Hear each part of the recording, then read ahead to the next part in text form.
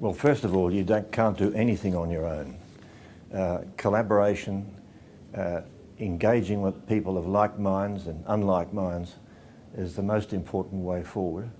The second thing is, if you're an agent of change, change is a very difficult thing to achieve for all sorts of reasons. One of them is, of course, that you get the problem of unintended consequences. Someone once said the road to hell is littered with good intentions, and so that's a big factor you have to deal with. And to know that you're only going to make small changes in your own corner, but the main thing is to be sure that what you're on about is somehow part of the big picture. Well, I fundamentally, from the beginning of my ministry, right through to the, well, I won't say the end, but to this moment, it's essentially been about justice, advocacy for the poor and the excluded, and to try and make some headway about making a real difference in the lives of people who need a bit of a hand up. The Global Foundation, I think I got involved in 1997 at a fairly critical time of my life, and I'd been doing a lot of thinking about issues globally, and I really go back to that amazing book that Marshall McLuhan wrote back in 1964 called The Global Village, and the opportunity to be part of the Global Foundation, which was taking seriously the concept of a global village and doing it from an Australian perspective, working outwards into the wider world.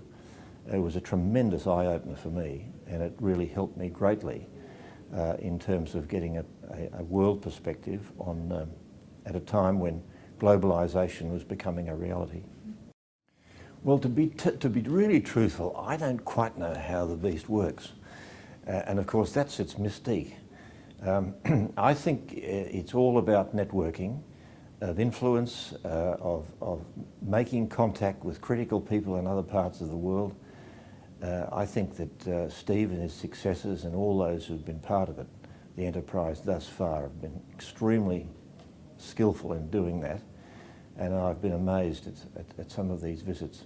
What the outcomes are, we'll never know, but it's about sowing seeds, building relationships, and finding people who've got a common vision. Look, personally speaking, I think the most worthwhile thing that my wife and I did was to go along on one of those visits, and we went to Europe, to the EU and headquarters, and to the OECD, and we went to Germany and France, and it was an immensely exciting, stimulating visit, and I really saw the benefit of building relationships, and I marvelled at the skill that Steve had, just how many people he knew. And I just think that you could see the whole thing in action. And you go to a country and you spend time with key people at all sorts of levels, suddenly that becomes something of vital interest to you in a way that was never before. The foundation has become a unifying force, a nexus between philosophy and action. It delivers a safe place for brave and ambitious ideas and dialogue.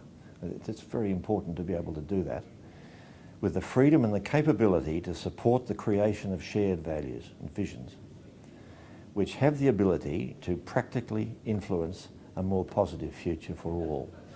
And I'd just add to that, it still is the critical thing here and abroad to make sure that those opportunities that we're trying to foster in a global society actually do benefit the poor and the excluded and those who really up to now have not had a place.